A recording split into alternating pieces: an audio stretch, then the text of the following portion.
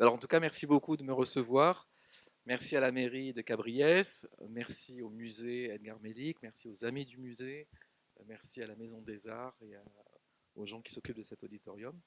Et je vais m'installer parce que j'ai besoin d'être derrière mon ordinateur pour faire cette conférence. Et donc l'idée, c'est de vous amener en voyage ou peut-être en pèlerinage. Donc peut-être que certains d'entre vous avaient vu cette exposition donc en 2015, Lieux Saints Partagés, qui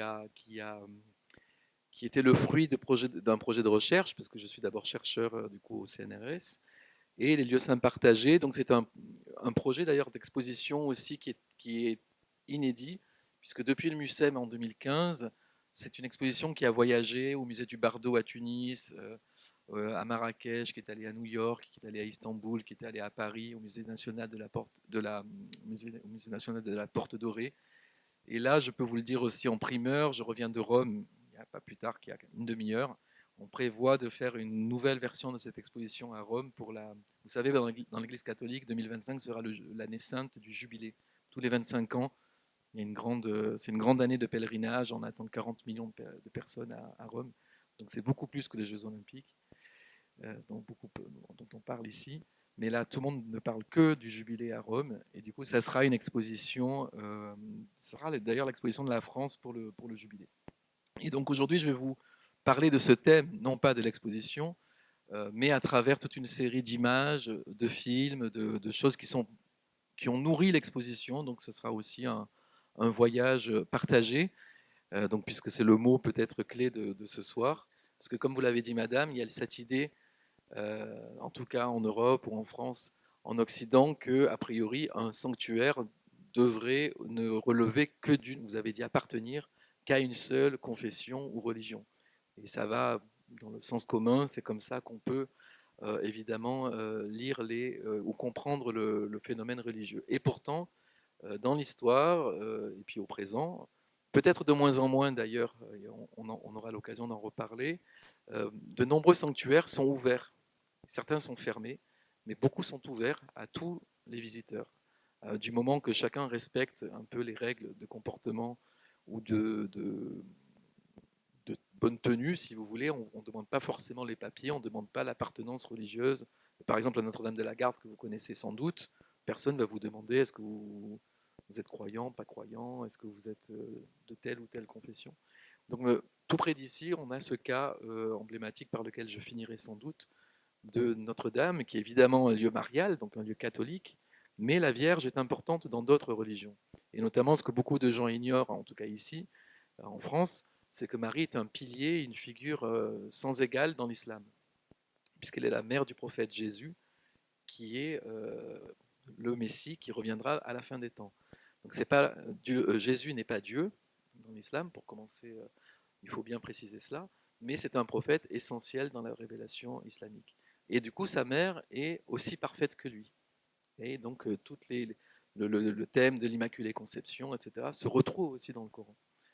Donc, tous les lieux mariaux en Méditerranée, en général, souvent, sont visités par des musulmans. Ce que beaucoup de gens ignorent, mais ce qui est le cas au niveau des pratiques vécues au quotidien. C'est le cas à Alger, vous aurez beaucoup d'églises à Alger, à Oran, en Égypte, dans beaucoup de pays, en Tunisie, etc. Alors, ce que je vous demande de retenir, parce que sinon je ne m'arrête jamais non plus, c'est que peut-être pour définir ce qu'est un sanctuaire partagé, et après on va partir en voyage, c'est un lieu fréquenté, et j'ajoute ou revendiqué aussi, parce qu'il y a toujours cette idée de revendiquer la, la, la- peut-être la domination justement, plus que l'appartenance ou la propriété, c'est la domination d'un lieu, et vous voyez bien aussi que ça pose aussi beaucoup de questions politiques, y compris en Terre Sainte, ou ce qu'on appelle la Terre Sainte, donc la Palestine, Israël, etc. Donc je vais en parler aussi bien sûr, mais c'est un sujet aussi un peu brûlant, comme vous savez bien, donc il faut être assez mesuré pour ne pas, euh, parce que ça peut aussi déchaîner certaines passions, et donc des lieux fréquentés ou revendiqués par des fidèles de religions ou de confessions différentes. En deux mots, je vais très vite pour vous montrer qu'il y a toute une série de travaux internationaux, donc ce n'est pas le lieu pour les préciser, mais il y a beaucoup de livres, il y a beaucoup de publications euh, qui sont faits, mais c'est en général des ouvrages assez pointus.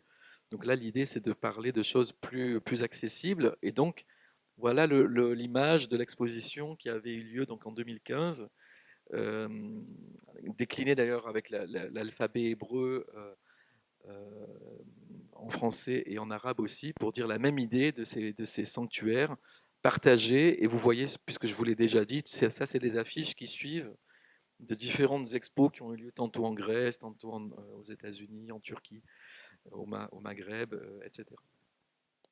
Toujours pour l'introduction de mon propos, quelques réflexions préalables ou préliminaires, comme on dit souvent, est nécessaire peut-être pour bien comprendre la thématique, qui est quand même peut-être un peu floue ou nouvelle, ou en tout cas, certainement, certains d'entre vous la connaissent déjà, mais c'est nécessaire de reprendre quelques réflexions sémantiques. Souvent, on a tendance aussi à assimiler ou à dire que le lieu de culte et le lieu saint ou le sanctuaire ont les mêmes, c'est à peu près synonyme. Donc là, je pose la différence entre l'un et l'autre en disant que le lieu de culte, c'est l'église, le temple, la mosquée, la synagogue, sont des lieux de rassemblement de la communauté, des lieux du rassemblement presque hebdomadaire, donc une forme de routine, de pratique religieuse routinière, où c'est l'échelle de la paroisse, si vous voulez. J'imagine qu'ici à Cabriès, vous avez une église, etc. Donc certains y vont, mais ça recouvre en fait un territoire assez réduit. Le lieu saint, la différence, c'est que là, il est habité ou il serait habité par la présence d'une figure sainte ou d'un épisode important, que ce soit relié à Jésus, à Abraham, au prophète de l'islam, ou à Moïse, à qui vous voulez, ou à la Vierge Marie. Et là, tout à coup, il y a une aura, il y a même une force spirituelle beaucoup plus importante qui attire les gens. Donc les gens vont à Saint-Jacques-de-Compostelle. Parmi vous, il y en a forcément. Alors les gens aujourd'hui d'ailleurs ne vont plus à Compostelle pour Saint-Jacques, en général, ils y vont pour eux-mêmes, parce qu'en fait, c'est souvent la quête, elle est d'abord personnelle et intérieure et quoi qu'on met et spirituelle. Mais quand même, les sanctuaires sont des lieux de pouvoir spirituel. Il y a même un anthropologue qui parle de pouvoir, de magnétisme spirituel. C'est comme s'il y avait une forme de magnétisme. Certaines personnes sont aimantées, attirées à certaines périodes de leur vie vont en pèlerinage.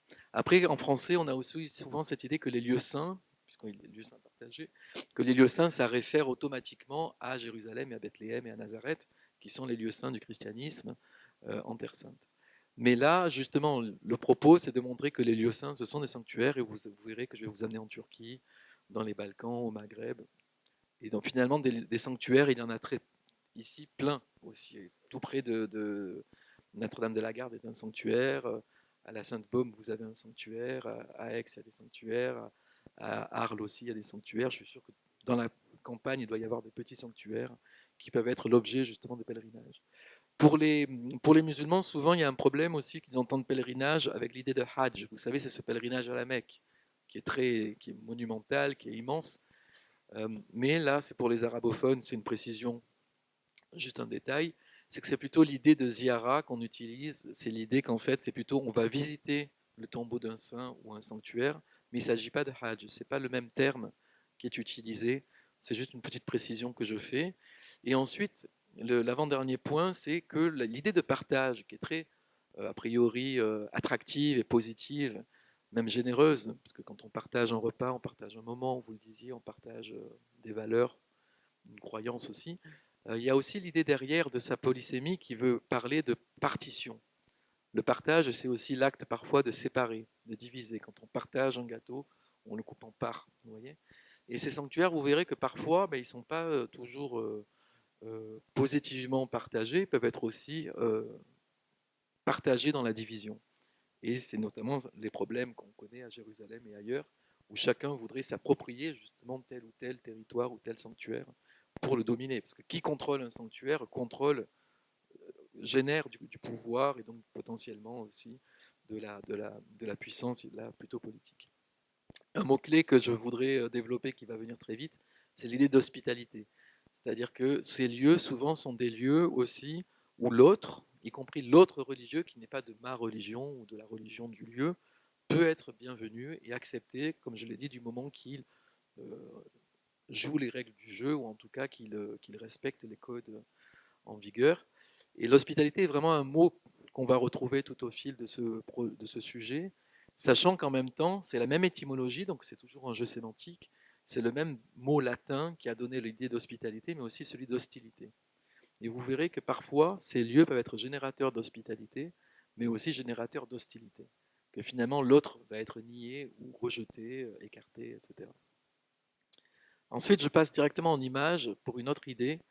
C'est celle que, en tant qu'anthropologue, je ne suis pas théologien, donc je vais vous parler plutôt des pratiques. C'est la façon dont les gens vivent, dont les gens éprouvent leur foi ou les rituels, toutes ces pratiques que vous allez voir. Et donc j'ai moins un propos théologique du dogme.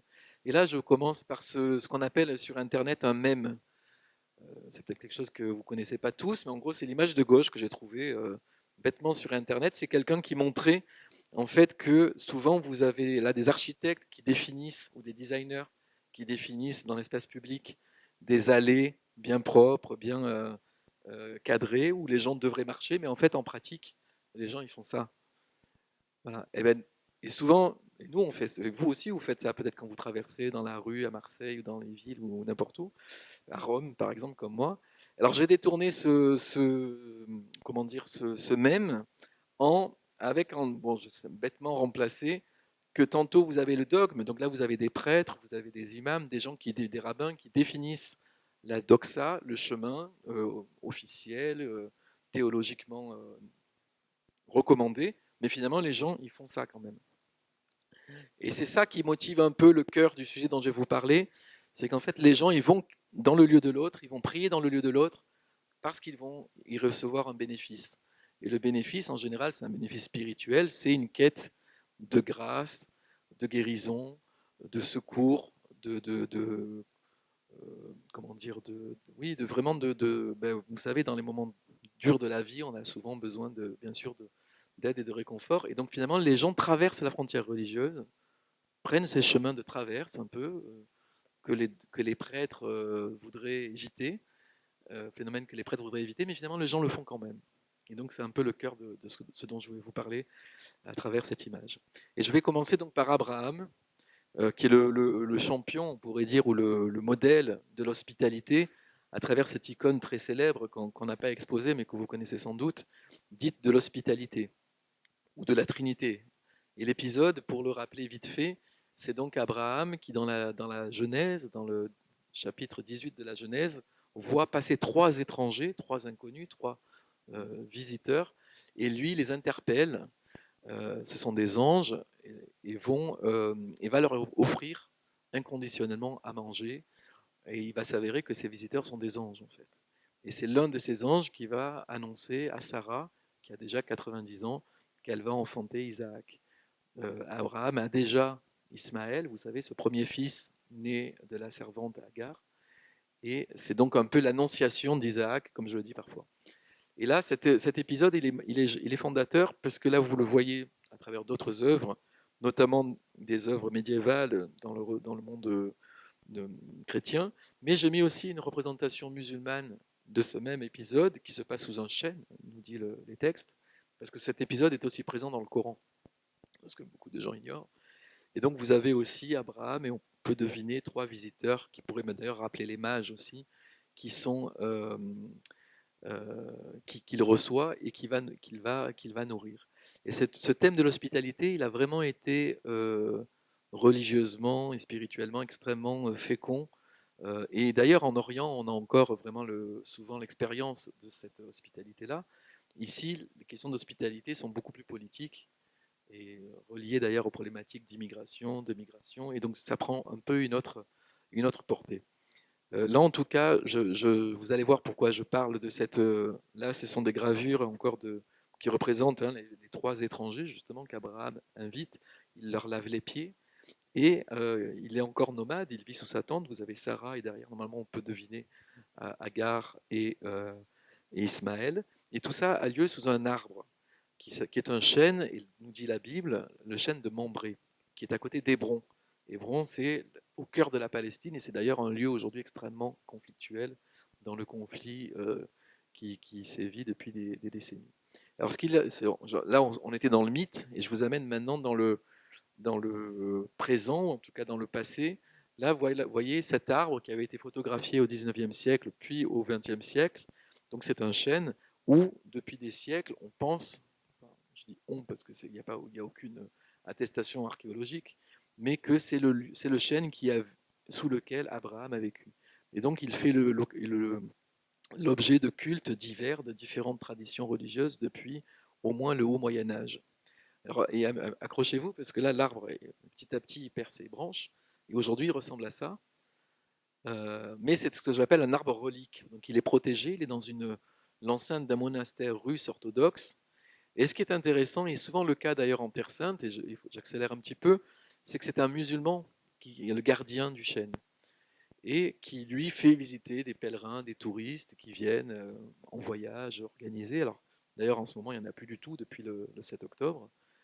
Et lui il vit un peu de ce qu'on appelait déjà au Moyen Âge le commerce des reliques. Vous savez, c'est les gens qui ramènent un petit peu d'eau de Lourdes, un peu de ci, un peu de là. Et quoi qu'on en pense, ça existait au Moyen Âge, mais ça existe encore aujourd'hui bien sûr. Et là, je m'amuse aussi à le dire, mais c'était ce monsieur qu'on retrouve là, il est à droite. Il vend en fait des morceaux de bois et des glands en disant que c'est le chêne d'Abraham. Et lui, il vit grâce à ça, finalement. C'est un petit entrepreneur qui continue à vendre des morceaux. Et voilà, vous voyez, il y a des dollars qui circulent. Et dans l'exposition, on avait d'ailleurs exposé à Marseille des morceaux pour le clin d'œil de montrer que ces questions de reliques continuaient. Donc on reste à Hébron. Et là, vous avez un autre phénomène que vous allez voir juste ensuite, c'est qu'il y avait cette tradition depuis le Moyen Âge aussi d'accueillir tous les pèlerins, chrétiens, juifs ou musulmans, qui venaient au sanctuaire d'Abraham. Parce que Abraham et sa descendance sont enterrés ici, au caveau des patriarches, qui porte le nom qui est explicite, donc patriarches et matriarches enterrés à Hébron, qui là est à des minarets, mais qui a été d'abord un lieu saint juif, mais qui après a été christianisé, puis après il y a les Mamelouks qui sont arrivés, il y a les croisés qui sont arrivés, il y a les Ottomans. Donc chaque dynastie est venue et a transformé l'occupation du lieu.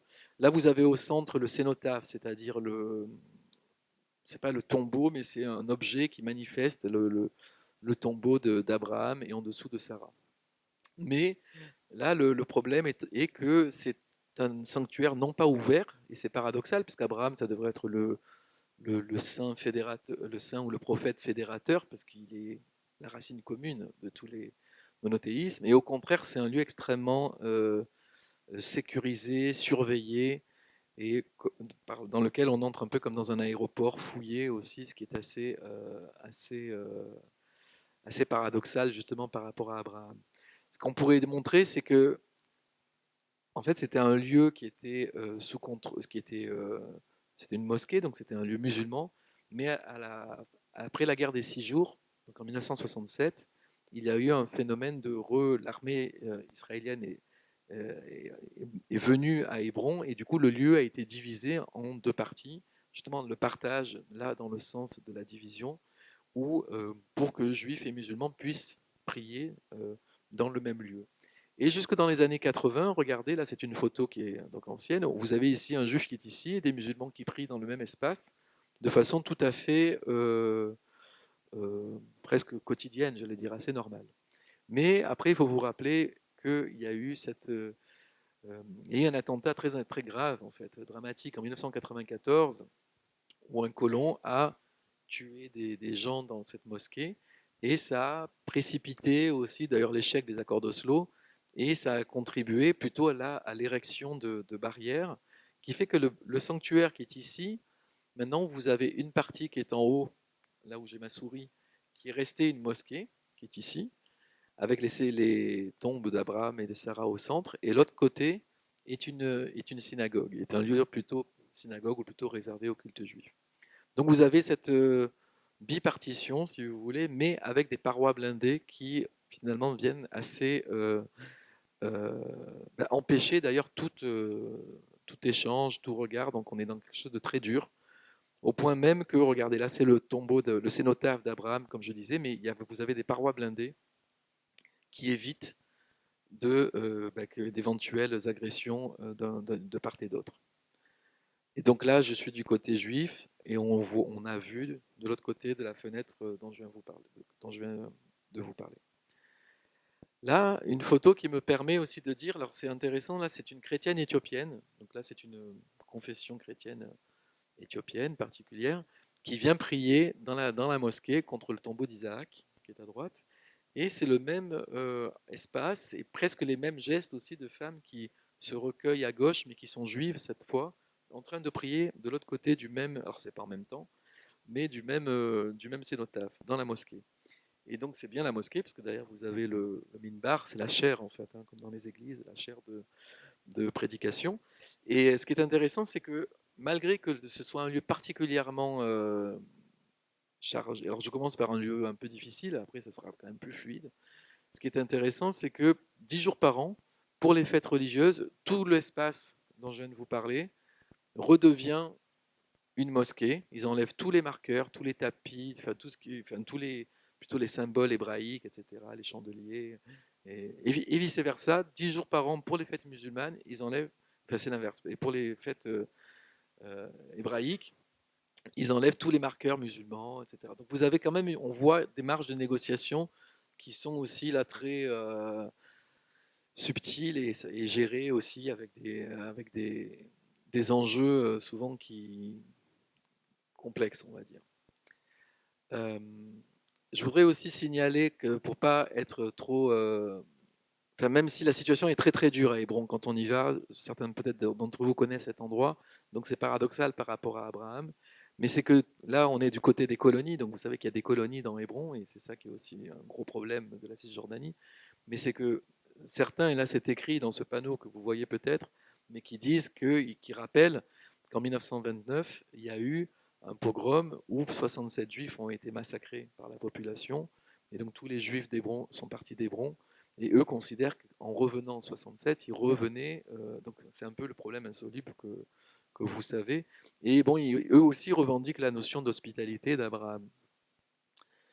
Et là où c'est très compliqué, c'est que là vous voyez, c'est des images atroces, mais que j'ai retrouvées, c'est qu'il y a vraiment cette idée de... Là, je ne sais pas si vous connaissez ces images, mais c'est qu'en fait, vous avez en bas le souk, donc la ville où les gens vivent. Vous avez des grillages, et comme au-dessus, il y a des colonies qui sont dans la ville, et les gens jettent leurs ordures sur les grillages. Alors du coup, ça crée vraiment une ville à deux niveaux, et c'est particulièrement pénible. En tout cas, je finis pour ce lieu, et après on va partir sur d'autres. Là, je vais vous passer un petit film qui va vous montrer aussi un peu en chair et en os, j'allais dire, cette chose-là. Et parce que le propos se ponctue comme ça de petits récits.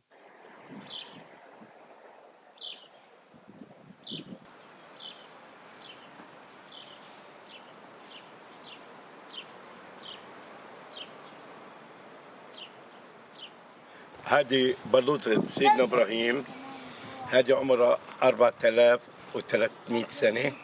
فأجا سيدنا إبراهيم وستنا سارة سكنوا تحت هذا المكان بخيمة. فأجوا 3 من الملائكة فبشروا سيدنا سارة غلام اللي هو سيدنا إسحاق ومن بعده يعقوب. كلنا احنا بنصلي الله اكبر سيدنا عيسى موسى كله مشان الله بنصلي. كله ديانه واحده. الحمد لله رب العالمين.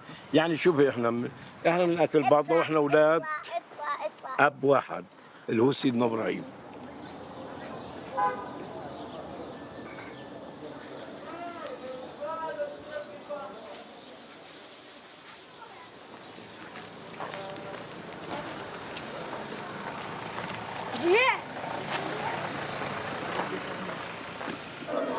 كرامة لسيدنا إبراهيم الخليل لأنه سيدنا إبراهيم الخليل معروف عنه أبو الضيفان، أبو الكرم، أبو الجود، لأنه كان لما يجي ضيف يأكل.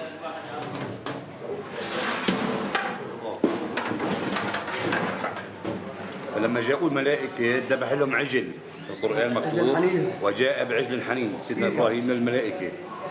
فصلاح الدين أيوبي كرامة لسيدنا إبراهيم الخليل أسس هذه التكية، بس ما كانتش هون، كانت في نفس الحرم. كانت تطعم كل يوم 3 وجبات، فطور وغدا وعشاء وكل شيء، للفقراء للمساكين، لكل واحد بيجي على الخليل بياكل بقى من تكية سيدنا إبراهيم الخليل. مين هذا؟ أمين. ولا ولد ولا حدا.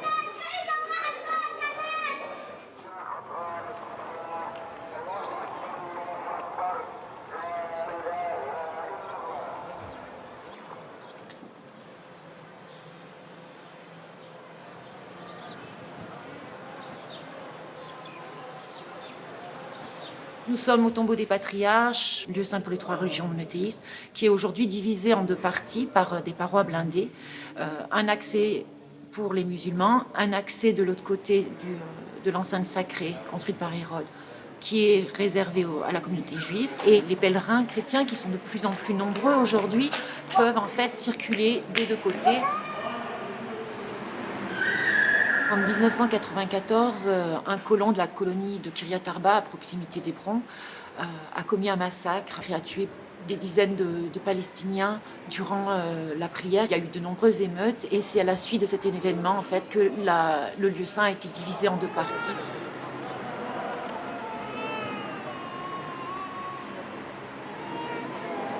Le cénotaphe d'Abraham et celui de Sarah sont en fait centraux par rapport au lieu saint et sont visibles par les 2 communautés grâce à des fenêtres qui donnent accès de chaque côté de la chapelle où est situé le cénotaphe.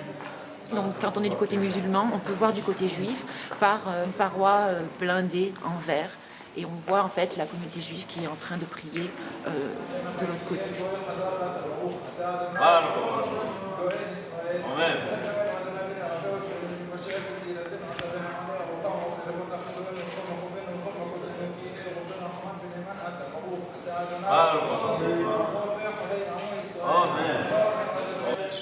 J'ai commencé intentionnellement par un lieu un peu difficile, parce que c'est pour montrer aussi que de ne pas être le risque, c'est d'être un peu dans cette vision des fois du dialogue interreligieux aussi, de dire que tout le monde est frère, que c'est le même Dieu, que tout le monde est frère, etc.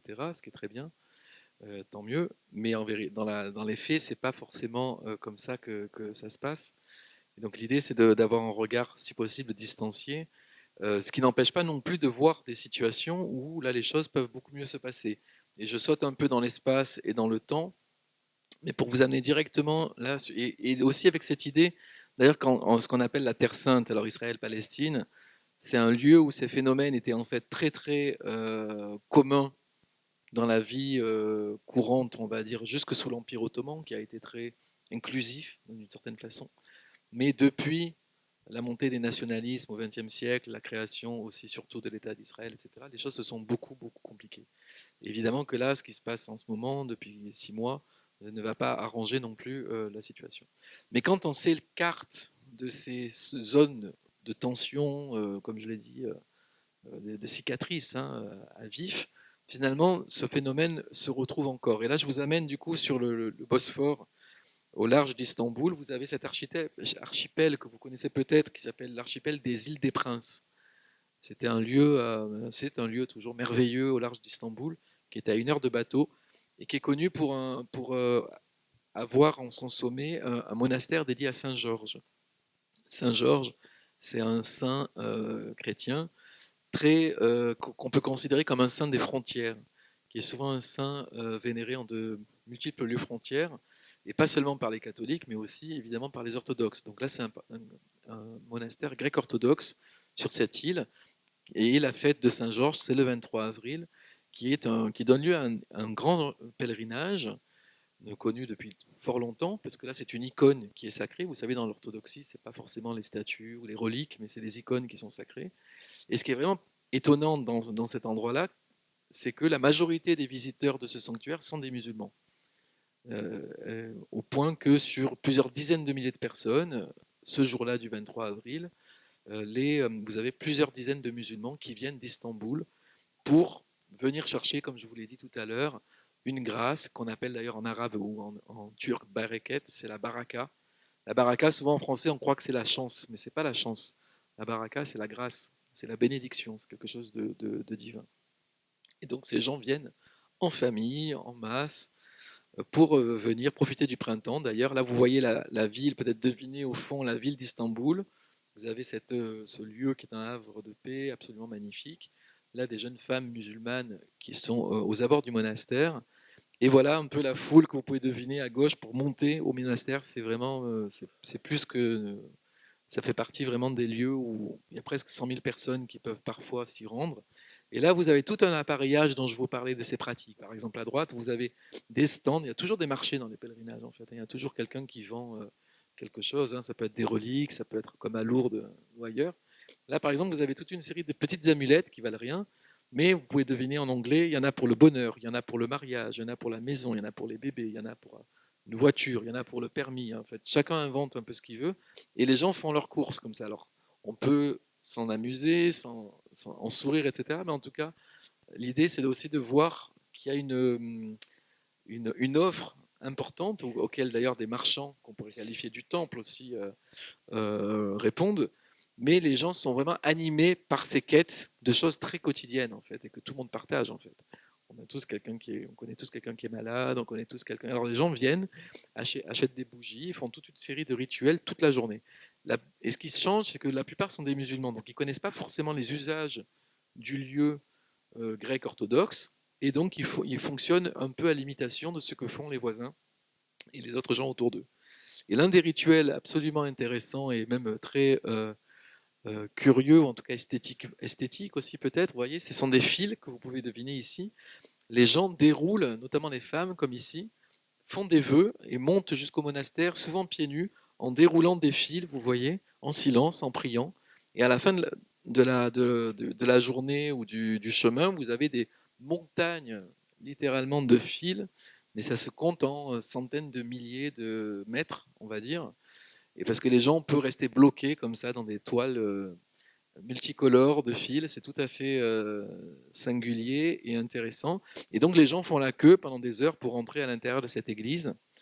Et la plupart sont des femmes parfois voilées, parfois pas, mais donc musulmanes. Et donc les prêtres, les moines qui vivent eux dans la contemplation, dans la solitude, sont complètement dépassés. Ils disent leur messe qui peut durer 3 heures ou 4 heures.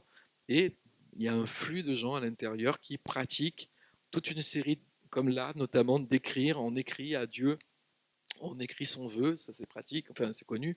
Vous les avez dans tous les sanctuaires.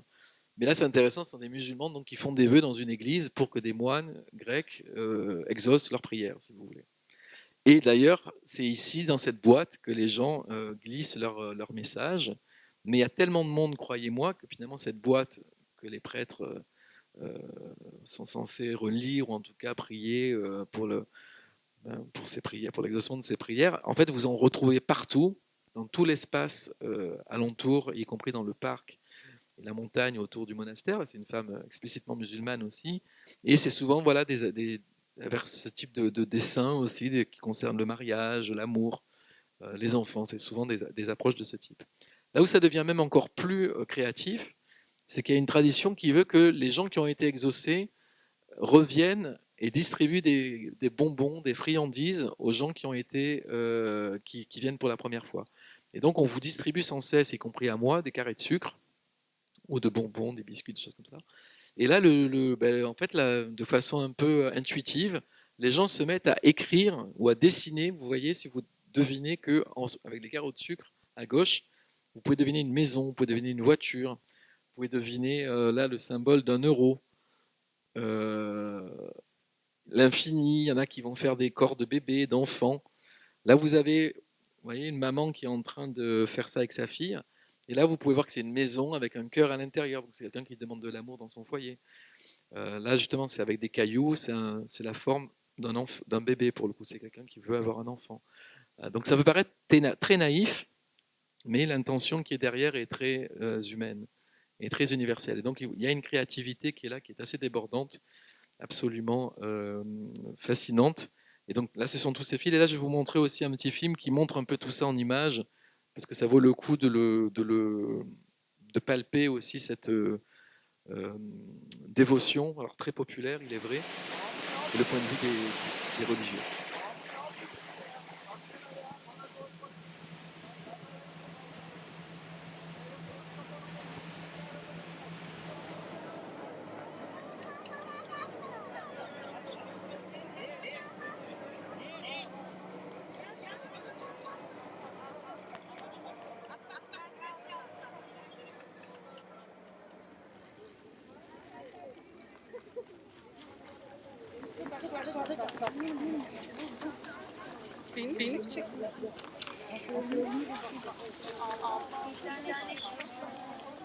Aslında bir nevi insanın kendini dinlemesi bir şey ortaya çıkmış. Yani o konuşulan olayı benim fikrimce insanın kendini dinlemesi için bir süreç.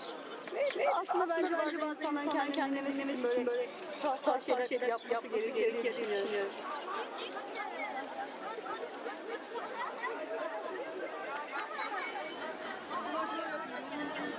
Only in the feast of St. George, we have an average of 70,000 in one day. That's special day. It's beyond imagination. And sometimes the people have to wait 2 or 3 hours. Not something simple. Just come and enter the church of St. George.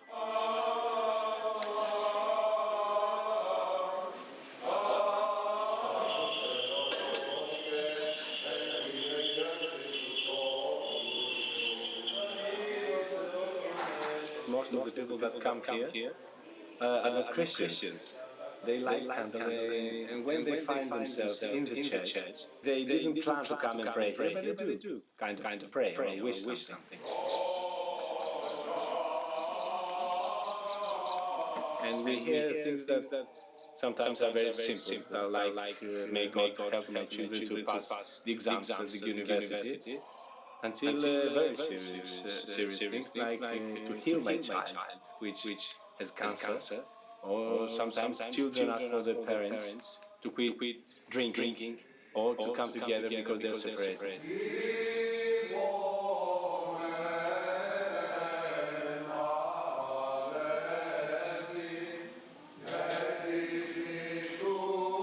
They certainly know where they go, but it's a Christian church and it's a place of God.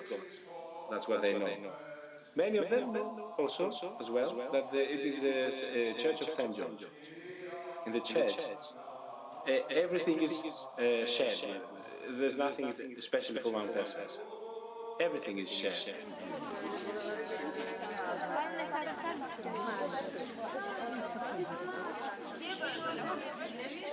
Bilmiyorum, ilk defa girdim, işte gene el açıp Allah'a dua ederek çıktım. Yani her şeyi Allah'tan yani istiyoruz gene de. Düşündük biz gelirken, çünkü Hristiyanlar da camilerimizi biliyorsunuz ziyaret ediyorlar. Hani biz de niye dedik hani gelmeyelim, ziyaret etmeyelim. Bu düşünceyle geldik.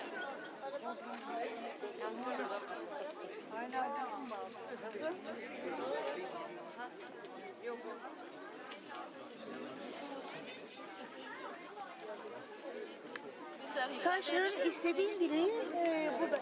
Mesela Örnek veriyorum. ev yapılmış, evet. bebek, bilmem ne. Okul.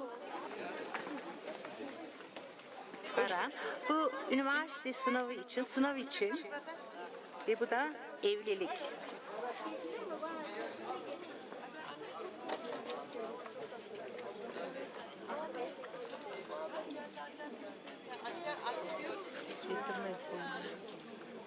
Şuna inanıyorum. Sonuçta burası Allah'ın evi. Yani cami, kilise hiçbir şey fark etmiyor. Benim bütün isteklerim oldu. Ama burada bir sinerji oluşuyor. Daha çabuk oluyor herhalde.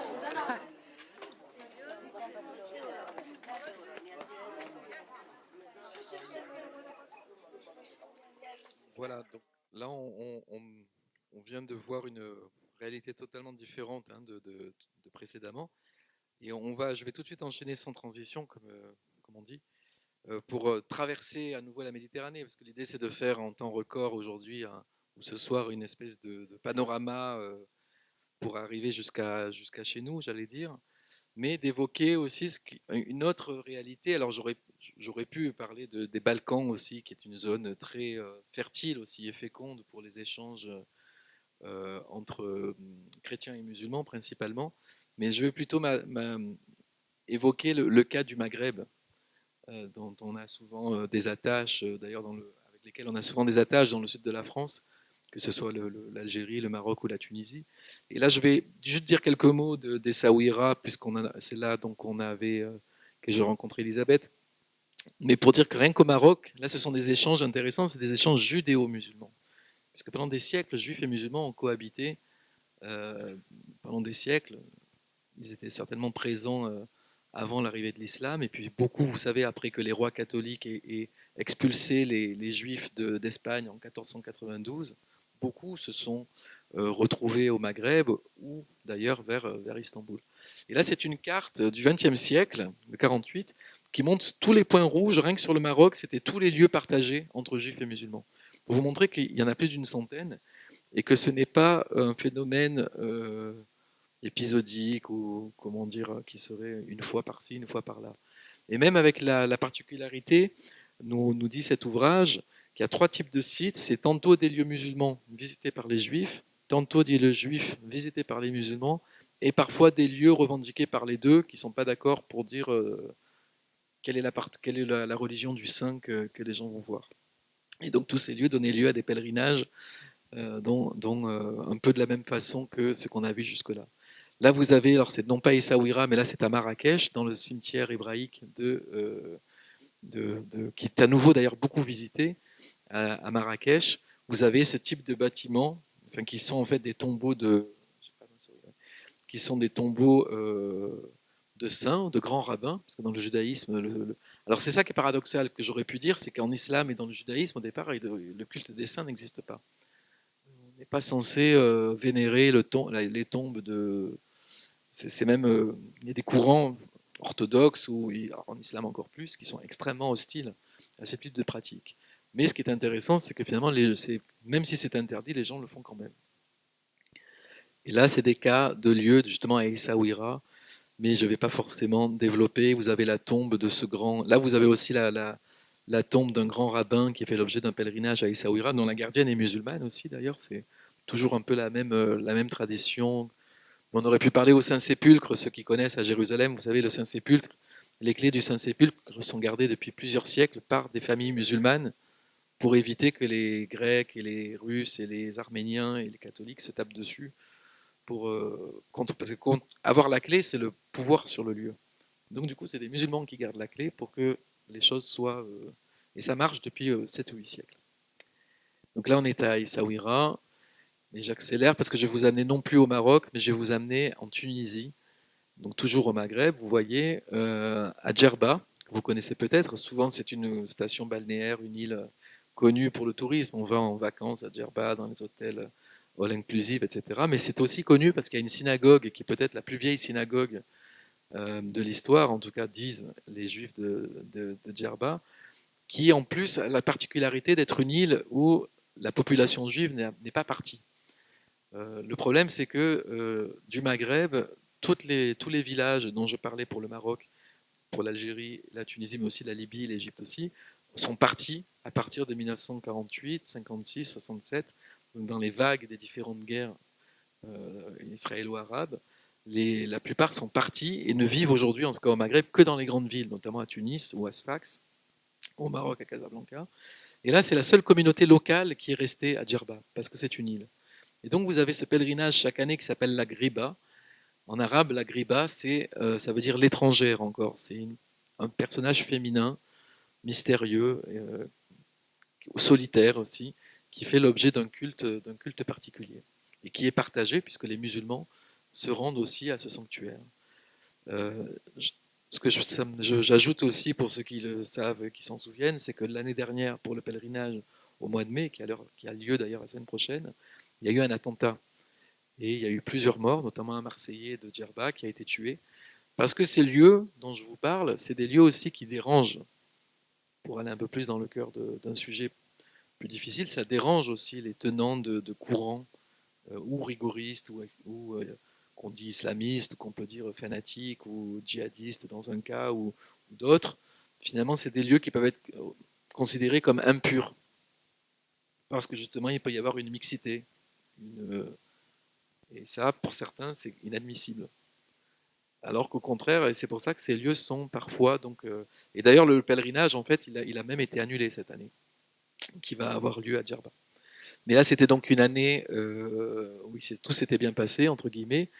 Ce sont aussi ce qu'on appelle des juifs arabes. Souvent, c'est deux mots qu'on a du mal à mettre ensemble, parce que souvent, d'ailleurs, on dit arabe pour dire musulman, alors qu'en fait, c'est... Mais là, ce sont des juifs arabes, c'est-à-dire qu'ils sont de langue arabe, ils parlent arabe, ils sont nés, tous les juifs marocains parlent arabe, c'est arabophone, et d'ailleurs ont des rituels très proches, et culinaires et religieux aussi très proches des musulmans qui vivent, et donc à Djerba encore en bonne intelligence. Donc là, il y a de la musique, il y a tout un échange de de vœux, de rituels, de nourriture. Et j'accélère un peu, il y a cette synagogue qui est particulière parce on s'y déchausse. Les gens se déchaussent, on entre pieds nus dans la synagogue. Alors d'ailleurs, certains disent, c'est parce que ça fait penser aux mosquées, comme ça les musulmans se sentent bien. Ça, c'est un peu un discours que les gens disent, qui n'est pas forcément avéré, mais en tout cas, c'est un fait que les gens se déchaussent. Et là, vous avez justement tous ces rituels qu'on retrouve partout, hein, d'allumer des bougies, des cierges pour faire des vœux. Donc là, c'est des personnes de confession juive qui sont là. Et là, c'est une dame musulmane qui est là, toute discrète, que j'ai rencontrée. Où vous avez aussi, justement, parmi là, celle-là, elle est clairement musulmane aussi de par son voile. Donc c'est un marqueur vestimentaire qui permet de la reconnaître. Et ça dérange personne. Elle est tout à fait à l'aise à l'intérieur. Elle prie, disons, comme elle, à sa façon. Et là, d'ailleurs, dans cette photo qui a fait la couverture d'un livre qu'on a écrit, là, d'ailleurs, cette photo elle est intéressante parce que c'est une femme juive à gauche tournée vers Jérusalem, parce que les synagogues sont orientées vers Jérusalem. Vous savez qu'il y a un peu le centre du monde, pour plusieurs religions d'ailleurs. Et à droite, c'est une amie musulmane. Elles sont venues de Paris toutes les deux. Elle a dit, viens avec moi au pèlerinage, je t'amène à la Griba et tu vas te faire beaucoup de bien, etc. Donc là, on voit que c'est. Donc la juive dit à son amie musulmane, fais comme moi, tu pries là. Sauf qu'elle est en train de prier vers Jérusalem, à la façon juive, et pas du tout vers la Mecque, ou comme on pourrait attendre d'une musulmane qui devrait, a priori, se prier vers la Mecque. Même si, là c'est un petit clin d'œil, mais que dans l'islam, la première qibla, c'est-à-dire la première direction de prière, c'était d'abord Jérusalem. Et le prophète a dit qu'à la fin des temps, ce serait à nouveau Jérusalem, puisque c'est à Jérusalem qu'aura lieu la fin des temps. Là, un rituel aussi très intriguant, vous voyez, c'est que les gens écrivent sur des œufs. Et on voit un peu tout, dans ce travail que je vous propose, on voit aussi toute la variété de la ritualité, comment les gens écrivent leurs demandes, leurs histoires, leurs désirs, tantôt avec des fils, tantôt avec des bouts de papier, avec des sucres, et là c'est sur des œufs. L'œuf, c'est évidemment un symbole de fécondité, de fertilité, évident, hein, que vous n'aurez pas échappé. Donc les gens écrivent « Je t'aime, Michael », etc., « Bisous, santé, réussite », hein, c'est toujours un peu ces objets-là. Et les gens, du coup, les femmes, c'est un rituel très féminin, parce que là, on pourra en rediscuter, mais souvent, c'est des rituels et des demandes, en tout cas effectuées par des femmes, qui descendent, vous voyez, dans la synagogue, dans une espèce de... Voilà, c'est là, ils descendent, alors ils se prennent en photo, évidemment, le portable est omniprésent. Ils descendent dans un tunnel où cette sainte dont j'ai parlé, de la Griba, tout à l'heure, aurait été retrouvée... morte, mais comment dire, en odeur de sainteté. Ça veut dire qu'il n'était pas du tout corrompu ni abîmé. Et là, les gens déposent leurs œufs, les femmes déposent leurs œufs, et vous avez comme ça des centaines, parfois des milliers d'œufs qui débordent, alors parfois qui se cassent. Alors le rituel aussi qui est intéressant, c'est que normalement, les jeunes femmes, au départ c'était surtout aux jeunes femmes qui veulent avoir des enfants, ou les femmes qui veulent avoir des enfants qui n'ont pas d'enfants, c'est souvent pour des questions de stérilité, étaient censés faire déposer leurs œufs qui va cuire pendant 3 jours, qui est cru. Au bout de 3 jours, le récupérer, le manger. Donc c'est un rituel d'incorporation. Et à partir de là, ça déclenche le miracle, en fait, si vous voulez. Et d'ailleurs, ils l'appellent la synagogue des miracles. Moi, je ne suis pas là pour vous dire que chacun a son avis sur ça. Hein. Je ne suis pas là pour dire que ça marche ou que c'est pas vrai. Mais en tout cas, c'est comme ça que ça... et en même temps... C'est ce que les gens disent, mais en fait, dans ce que les gens font, moi j'ai observé que les gens ils mettent leurs œufs. Il y en a qui les récupèrent 5 minutes après, parce que sans ça, c'est tout cassé. Et la plupart les laissent, et plus personne ne va manger son œuf. Donc il y a toute une dimension, comme je disais tout à l'heure, aussi de marché, de fête, de musique, blablabla. Il y a il y a des tas de rituels aussi qui ont lieu que je vous épargne entre guillemets. Mais pour dire qu'il y a une procession aussi qui a lieu en dehors, qui avant allait dans les villages juifs justement du quartier de Djerba, et qui en fait sous des airs de bonnes enfants, etc., est moins, c'est pas si simple parce que finalement, comme il y avait déjà eu un attentat en 2002 et puis il y en a eu un l'an dernier, comme je vous l'ai dit, c'est qu'en fait tout est sursécurisé. Vous avez des hélicoptères, vous avez des snipers, vous avez l'armée qui est partout. Donc finalement, c'est un lieu partagé, mais dont l'accès est très compliqué. On n'entre pas du tout comme dans un moulin. Il faut montrer un passeport, une carte d'identité. Donc les choses sont extrêmement verrouillées. Et même si les gens ont un discours de tolérance et d'ouverture, finalement, dans les faits, c'est aussi l'armée. Là, justement, c'était l'attentat du 10 mai, donc de l'an dernier, qui a eu lieu. Et donc, évidemment, ça glace aussi beaucoup. Et ça contrebalance un peu les discours de joie et plutôt de partage, encore une fois, parce que dans les faits, on est toujours potentiellement, les gens qui y vont savent qu'ils peuvent être aussi la cible de graves problèmes. Combien de temps me reste-t-il que je... Vous savez pas? Parce que je voudrais vite finir par Marseille, mais je voudrais vite peut-être vous dire un mot quand même qui moi m'est cher, de quelqu'un qui m'est cher. C'est court et c'est fort. Là, on retourne un peu dans la zone Moyen-Orient, même si j'aurais dû en parler avant. C'est quelqu'un d'important pour moi, qui est très, dont on faisait le portrait au Mucem. C'est le père jésuite Paolo Dalla Olio, qui lui est un chrétien, romain d'ailleurs, né à Rome, et qui s'est déclaré amoureux de l'islam et croyant en Jésus. C'est-à-dire qu'il est prêtre, il a appris l'arabe, etc. Et il a décidé de fonder un monastère, que vous voyez ici d'ailleurs, au sommet d'une montagne en Syrie, et qu'il a dédié à l'hospitalité abrahamique, et donc où les musulmans allaient, et vont encore d'ailleurs aujourd'hui, après la guerre, de façon très spontanée, prier à l'intérieur de ce monastère. Là, ce sont des photos qui ne sont pas les miennes, mais de soufis, vous voyez, de musulmans soufis dans la montagne, dans cet endroit-là. Là, on voit ce père aussi. Donc, c'est une église dans un culte qu'on dit syriaque catholique, donc c'est encore une subdivision compliquée de l'église catholique, mais où il n'y a pas d'église, il n'y a pas de banc dans l'église. On est sur des tapis, donc tout le monde est au sol, tout le monde est par terre, donc c'est un endroit très, aussi convivial. Et au point, là c'est une photo qui n'est pas mienne non plus, là vous avez des sœurs de cette communauté liée à Abraham d'ailleurs, qui a fondé ce prêtre, qui sont en train d'adorer le corps de Jésus, vous savez, pour le vendredi saint, quand Jésus est sacrifié, crucifié. Et là, vous avez sur la même photo, dans le même moment, dans le même espace, dans l'église, vous avez un musulman qui est en train de prier, tourner vers la Mecque à sa façon, et sans que ça dérange personne. Et donc c'est un lieu là d'hospitalité interreligieuse très important, que beaucoup de gens qui allaient en Terre Sainte, ou en tout cas en Syrie, connaissaient, mais qui a été menacé aussi par Daesh. Daesh voulait dynamiter ce monastère, ils n'y ont pas réussi. Mais ils en ont dynamité un autre qui était rattaché à Palmyre, parce que justement pour eux c'était un lieu impur. Et là je vais vous passer, ça me tient à cœur parce que c'est un petit film qui est fort, qui raconte un peu la philosophie, et je pense à la philosophie, et même l'esprit plutôt de ce prêtre qui a donné sa vie en fait, et qui est mort certainement à Raqqa, qui a été tué par l'État islamique aussi. On n'a plus de nouvelles depuis plus de 10 ans. C'est une femme bédouine, une jeune femme, amoureuse de Jésus, quoi. Musulmane, elle n'a jamais nié sa foi musulmane, mais elle était profondément amoureuse de Jésus. Donc, c'est fréquent, hein, il y a beaucoup de monde qui sont comme ça. Hein. Et je connais aussi des chrétiens très respectueux, je dirais même dans une attitude de dévotion vers le prophète de l'islam, Mohammed. Et donc cette femme était amoureuse de Jésus, elle voulait être proche, être en communion avec lui. Elle amène sa maman, d'ailleurs, même sa maman et sa grand-mère, toute là. Donc, elle amène à visiter les monastères sa grand-mère qui se tenait debout par hasard, une vieille femme, et il les amène dans une soirée d'hiver jusqu'au monastère. C'était très touchant, ce pèlerinage de 3 générations de femmes. Et elle participe à la messe, et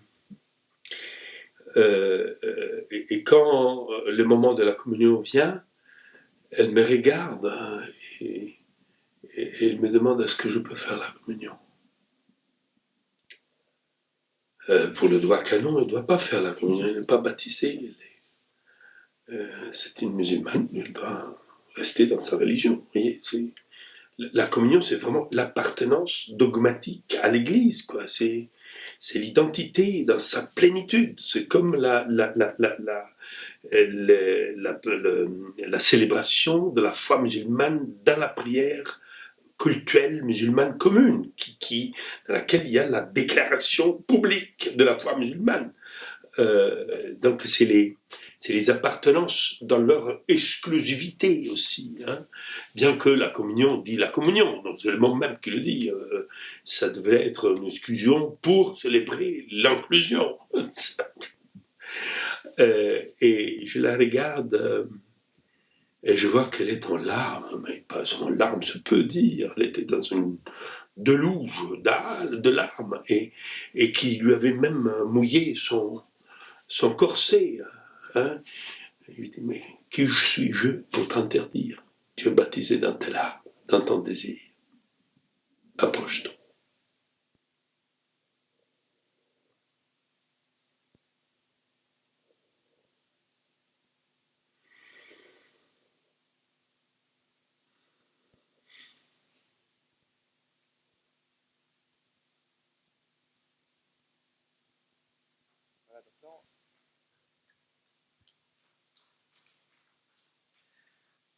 En tout cas, c'est quelqu'un qui a marqué ces phénomènes, moi qui m'a marqué aussi personnellement, et qui gagne aussi à être lu.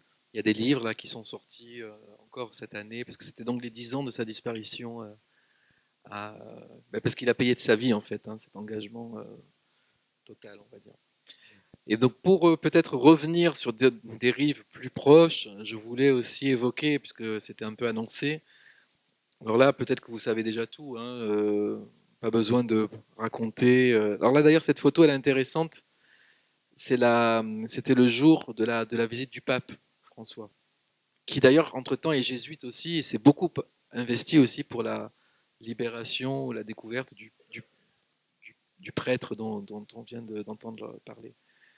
Ce qui me permet aussi d'ajouter un petit ajout, c'est que souvent ces lieux ils sont partagés, c'était l'une de vos questions, ça appartient ni à l'État ni à l'association, ça appartient en général à une communauté plutôt religieuse ou à une église. Mais souvent l'ouverture de ces lieux, de ces sanctuaires, on peut dire dépend du degré d'ouverture des gens qui l'administrent.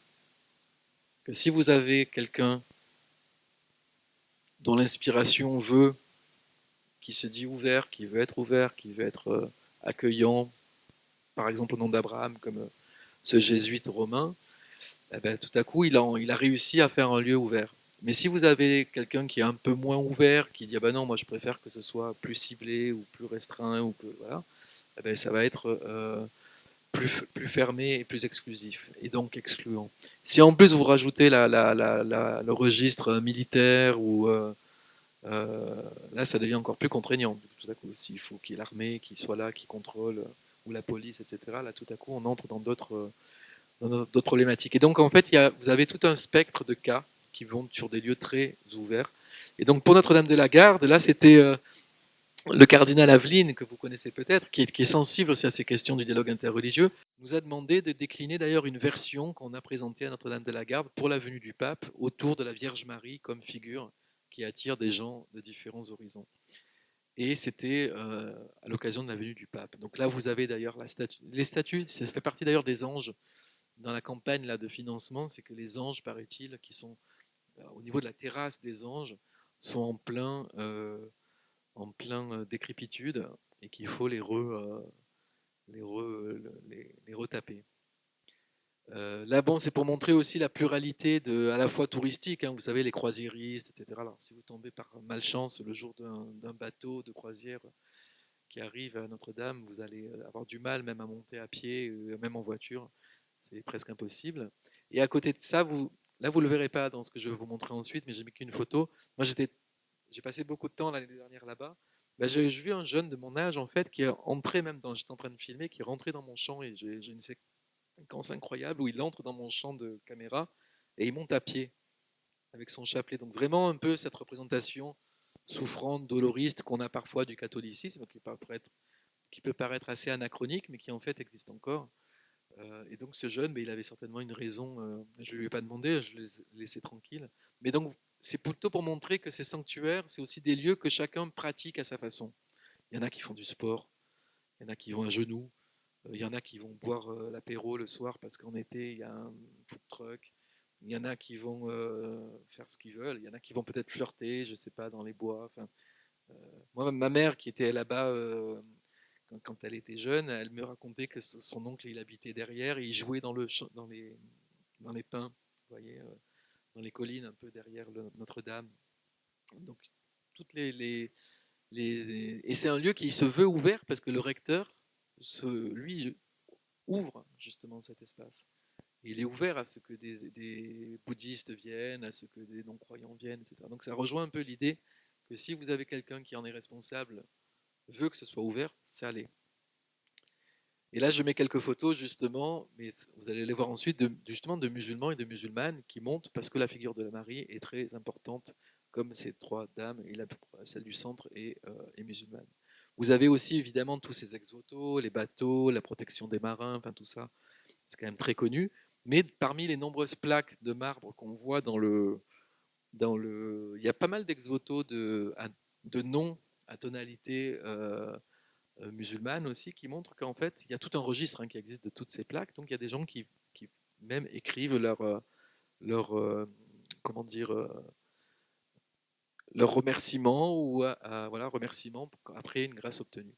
Et là je bascule pour vous passer ce petit film et ce sera la conclusion avant les questions qui montre un peu tout ça en images.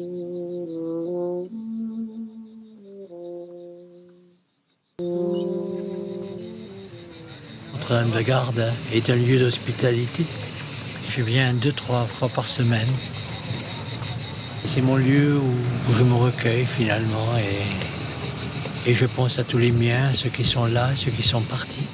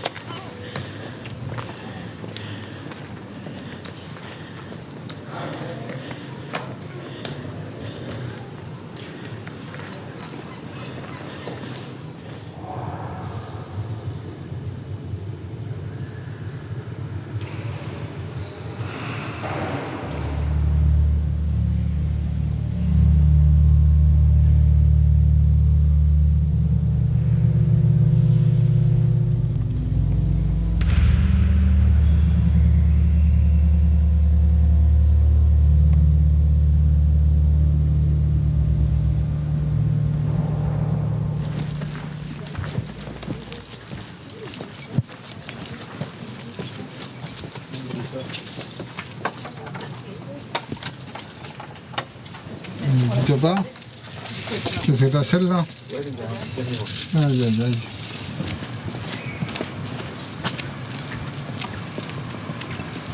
On marche beaucoup, c'est un lieu où l'on marche, c'est un lieu où la marche permet à la fois d'être seul pour certaines périodes, de profiter du lieu, du paysage et de rencontrer les foules qui viennent ici. La marche est essentielle à la vie de ce sanctuaire.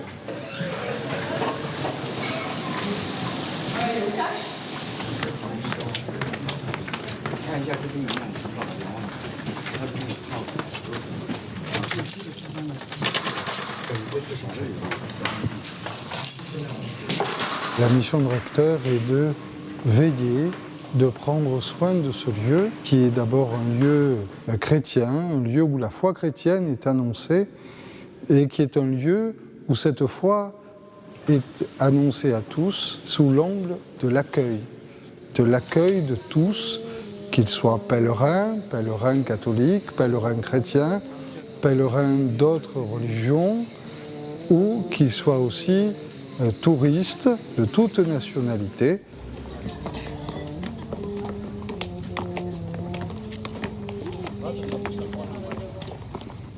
On reçoit plus de 2 millions de personnes.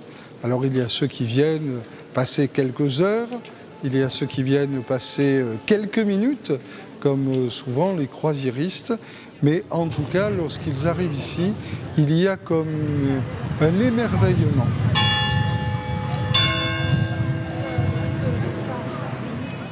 Le touriste peut devenir pèlerin, le pèlerin vivre une partie de tourisme. C'est une dimension importante que l'on peut vivre ici, de passer de l'un à l'autre aspect.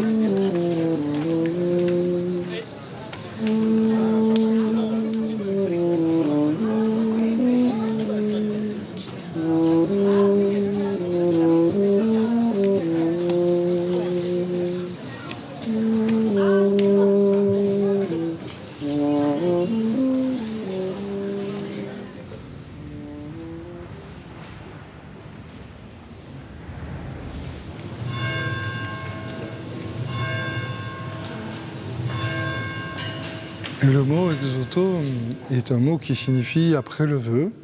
C'est donc un objet, ce peut être une plaque, un tableau, un objet d'une autre forme, qui est un merci concret, un objet par lequel on veut remercier la Vierge Marie d'avoir intercédé, d'avoir été proche, notamment dans des situations de péril, de difficulté ou de blocage ou d'obstacle au cours de la vie.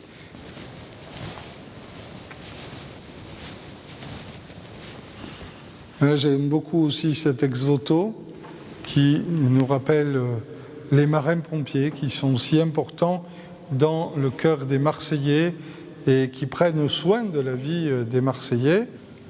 Et vous voyez notamment dans la basilique plusieurs bateaux qui nous rappellent la proximité de Notre-Dame de la Garde avec le monde de la mer. Marie qui est la belle figure de l'hospitalité et qui accompagne d'une rive à l'autre les marins, qui accompagnent d'une rive à l'autre tous ceux qui ont à traverser la mer. Et il y a de nombreuses histoires, et nous en connaissons, qui se terminent bien et d'autres qui se terminent avec difficulté, avec des drames, d'histoires de migration. Et tout ça nous rappelle aussi que sur cette terre, d'une manière ou d'une autre, nous sommes tous des migrants. Voici ce qu'on va faire. On va monter sur une jambe. Tac, tac, tac, tac.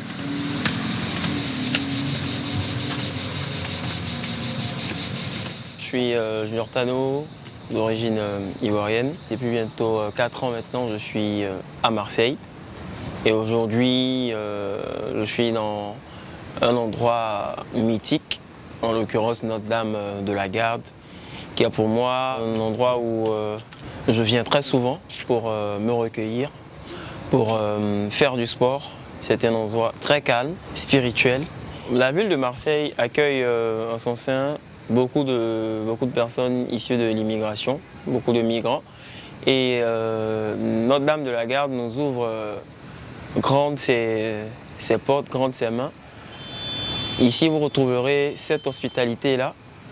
Vous voyez que Notre-Dame de la Garde reçoit ses fils, reçoit les migrants, reçoit aussi les personnes étrangères. Que tu sois musulman, chrétien, d'autres confessions religieuses, tout le monde est le bienvenu.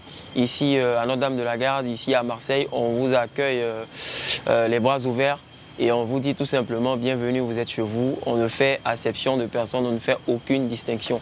Parce que nous avons été créés à l'image et à la ressemblance de Dieu. Nous sommes tous pareils. Moi, mon rêve en venant ici, c'était de faire du foot.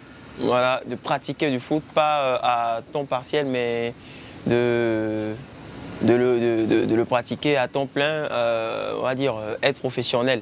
Et c'est pour moi un endroit d'entraînement. Je viens, je cours, je me sens bien et je prie aussi. Parce que quand je vois les efforts que je fais, quand je marque un temps d'arrêt ou une pause, je lève les yeux, je regarde Notre-Dame et je dis « Ayez pitié de moi ». Essayez de faire quelque chose pour moi parce que je sais que vous pouvez le faire au vu du travail acharné, au vu de tout ce que je fais comme effort.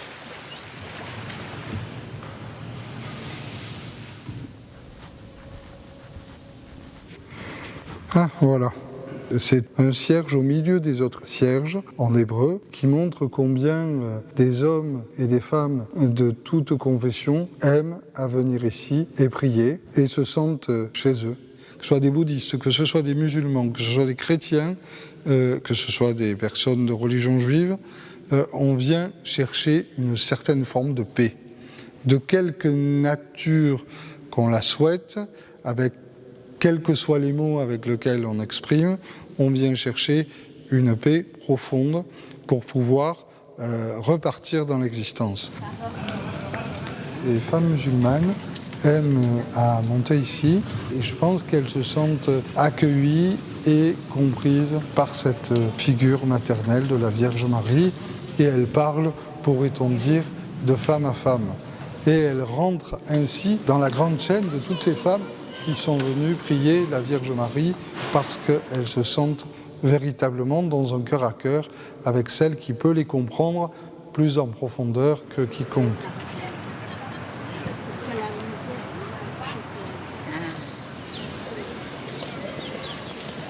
chaque fois que je vais à Marseille, je prends le temps, il pleut, il neige et tout, je monte. À chaque fois que je montais chaque pas, ça m'impressionnait, vous voyez. Je lève la tête, je vole. Je sens que je vole.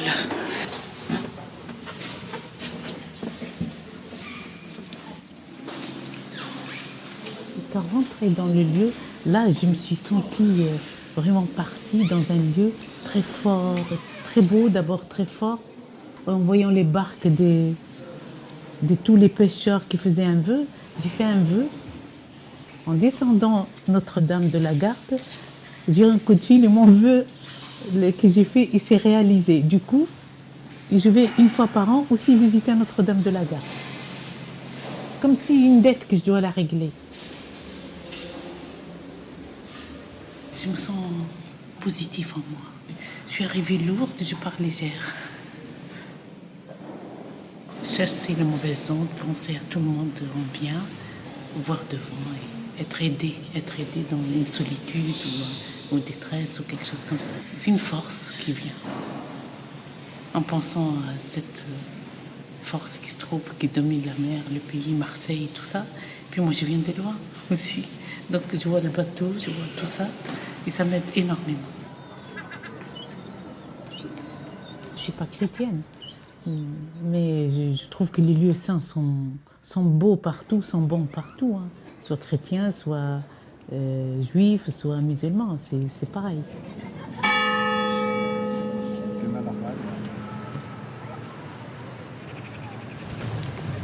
Je m'appelle Thomas Ellis, je suis réalisateur. Je suis marseillais, mais pendant 15 ans, j'ai vécu en Inde, à New Delhi. Je suis particulièrement, comme tout Marseillais, attaché à la basilique, que c'est une sorte de havre de paix, à un moment hors du temps, où pour ceux qui sont croyants, on est en phase avec sa croyance ou un moment de foi. Pour moi qui ne le suis pas, c'est un moment de plénitude aussi, où on ressent quelque chose de sacré qui existe, je crois, sur la planète. Et c'est quelque chose que j'ai souvent ressenti aussi en voyage en Inde, sur cette grande mosquée, qui est la plus grande mosquée d'Asie, à Delhi. J'allais souvent m'asseoir, regarder les gens, écouter, voir les oiseaux, écouter le chant du muezzin, mais en fait, ça me rappelait aussi les moments qu'on pouvait vivre ici. On pouvait ressentir ici dans la basilique et à l'extérieur, ce moment un peu surélevé, un peu déconnecté du quotidien, où on ressent qu'on touche à quelque chose du cosmos peut-être, je ne sais pas, quelque chose de sacré, même si on n'est pas croyant. Certains y voient une protection, un lieu saint, mais d'autres peuvent aussi y voir la possibilité de s'élever. C'est un point haut dans la ville qui nous permet tous de nous dire « mais oui, à un moment dans notre journée, je peux, en la regardant, ou je peux, si je viens ici, m'élever ». La basilique est surtout un lieu de ralliement, c'est-à-dire qu'on peut tous, à un moment dans la journée, la voir, et on la regarde peut-être tous ensemble. On est seul à la regarder, mais on est plusieurs centaines de milliers à la regarder dans la journée. Et s'il y a bien une chose qu'on a tous en commun, c'est qu'on la regarde. C'est devenu ce phare commun à tous, mais qui n'est pas un phare pour nous alerter d'un danger, mais qui est un phare pour nous dire on a tous peut-être un objectif commun, on a tous peut-être un point de ralliement commun, et pour moi, ça serait peut-être celui-là. L'idée de parler de Notre-Dame de la Garde, c'est aussi montrer que ce sanctuaire qui est un peu ce phare, etc., bon, c'est une banalité de le dire maintenant, mais qu'il est... Et ces sanctuaires ne sont pas systématiquement des lieux fermés, réservés à une seule tradition ou religion, et qu'au contraire, c'est des lieux, ils ne sont pas étanches, c'est des lieux qui sont plutôt caractérisés par de la porosité, ils sont plutôt ouverts quand certaines conditions sont réunies, et que du coup, l'autre religieux, donc, qui marque l'altérité, mais y compris l'altérité religieuse, a aussi sa place. Du moment qu'il respecte les lieux ou les codes en vigueur. Parfois, il ne les connaît pas, mais par imitation, il va finalement se rendre compte, ou même par respect, tout simplement. Et puis peut-être que quelqu'un lui dira ça se fait pas, ou là, il faut s'asseoir, là, il faut se lever. Mais du coup, c'est l'idée d'aller prier dans le lieu de l'autre, parce qu'il y a une force, une puissance, quelque chose qui fait que, une grâce, on pourrait dire, ou une baraka aussi, qui fait qu'on va aller demander d'être exaucé par rapport à un problème personnel, profond, un deuil, une demande d'enfant, un problème de santé, parce qu'en général, c'est souvent des questions quand même difficiles de cet ordre. Et donc les gens franchissent la frontière religieuse, y compris de plusieurs confessions ou religions, mais ne s'y convertissent pas. C'est ça qui est important, c'est que la transgression, elle n'est que temporaire. Les gens se déplacent, font leur rituel, parfois silencieusement, discrètement, et rentrent chez eux. Ils ne sont pas devenus chrétiens, ne se sont pas convertis au judaïsme, ne se sont pas convertis à l'islam. Au contraire, ils restent dans leur propre foi, mais ils sont enrichis peut-être par leur fréquentation d'un lieu autre. Mais je dirais autrement, pour rebondir, c'est que le lieu, il est aussi enrichi par la fréquentation de cette altérité. Alors encore plus de l'autre religieux, qui fait d'autant plus peur, parce que comme il est différent, on ne le comprend pas, il est habillé différemment, il parle une autre langue. Alors il y a beaucoup de fantasmes, de l'altérité est générateur de fantasmes, mais ça, c'est pas propre à aujourd'hui, de tout temps. On avait peur de l'autre, du noir, du ci, de là, enfin, vous voyez. Et donc, dans une société pluraliste, contemporaine, etc., au contraire, je crois qu'il faut au contraire valoriser ces cas encore une fois, où pas succomber aux sirènes de la peur de l'autre. Et la peur de l'autre, en grec, le mot savant, c'est xénophobie. On a peur de l'étranger, on a peur de l'autre, qui fait peur par principe. L'opposé, positif, ça s'appelle la xénophilie, donc c'est un mot savant aussi grec, mais qui se traduit par l'idée d'hospitalité. C'est-à-dire quand on est ouvert, accueillant, etc., finalement les choses se passent souvent très bien. Et quand on voyage, ce qui est mon cas et même une chance, on se rend compte que dans beaucoup de pays, l'hospitalité est encore très présente et qu'on est reçu, même si on est d'une autre culture, peut-être d'une autre religion, les gens vous ouvrent leurs portes, les gens vous donnent à manger, les gens vous donnent la meilleure place. On vous donne même parfois leur propre chambre. Et c'est encore des réalités très, très contemporaines, ça, et qui sont qui ont disparu, en fait, chez nous, en France ou en Europe. Parce qu'on a tendance à fermer les verrous, à avoir peur, etc. Vous voyez, je ne dis pas qu'il faut ouvrir les portes. Est-ce que c'est la belle vision ou la bonne vision du religieux ? Alors, c'est peut-être pas la bonne... C'est peut-être le bon côté... Ce qui est resté pour les hommes que vous avez croisés dans vos voyages, vous parlez de l'hospitalité, tout ça, c'est des réalités que vous avez développées. C'est le centre, c'est le fondement même. Je pense que c'est pour ça que j'ai commencé par Abraham et par parler dans la Bible ou même dans le Coran de cette question de l'hospitalité. C'est qu'Abraham il voit 3 étrangers passer, la première chose qu'il fait, il les invite à manger. Il ne sait pas qui c'est, il ne connaît pas leur nom, il ne sait pas d'où ils viennent, est-ce qu'ils sont armés, est-ce qu'ils vont lui faire du mal à sa femme, il est déjà très vieux, etc. Au contraire, tout de suite, il les reçoit. Et donc cette hospitalité, elle est fondatrice. Et c'est plus qu'une valeur spirituelle, c'est aussi une valeur tout simplement de la vie courante pour beaucoup de gens, et qui est encore très concrète, en fait, et vécue au quotidien. Donc quand on voyage, en général, on s'en rend compte. Peut-être pas dans le tourisme... balnéaire ou le tourisme de masse, mais quand on sort un peu des sentiers battus, quand même, dans ces pays méditerranéens, que ce soit même en Italie ou ailleurs, il y a toujours... On est content de croiser des gens, parce qu'on est enrichi par l'altérité. C'est par cela que j'ai terminé. Tout à l'heure, l'altérité enrichit, plus qu'elle n'altère au sens négatif du terme. Elle n'enlève rien. C'est un don, et c'est réciproque aussi. On est toujours l'hôte d'un autre. On est à la fois celui qui reçoit ou celui qui est reçu. En français, on le dit avec le même mot. L'hôte, c'est celui qui est reçu et celui qui reçoit. Et c'est intéressant d'être dans cette double position, tantôt de recevoir, mais aussi d'être reçu. À Aix, je voulais travailler sur les pèlerinages, et puis ça m'a amené à voyager. Et j'ai été d'ailleurs aussi... j'ai fait l'expérience, moi, de l'hospitalité par des confréries musulmanes que j'ai voulu étudier et qui m'ont vraiment presque adopté. Et là, j'ai vraiment fait l'expérience concrète dans ma chair d'être pris sous l'aile d'un groupe qui aurait pu me refuser. Et là, j'ai vraiment vécu ce que c'était cette chose-là, effectivement. Et c'était il y a une vingtaine d'années, et ça ne m'a jamais quitté. Donc c'est vraiment quelque chose que j'ai moi-même ressenti. Et je peux lui rendre hommage aussi, ce chef musulman qui m'avait accueilli m'avait dit « L'étranger doit toujours être accueilli parce que peut-être qu'il est envoyé par Dieu. C'est peut-être Dieu qui l'envoie. » Comme Abraham, quand il reçoit ses 3 visiteurs, c'était des anges.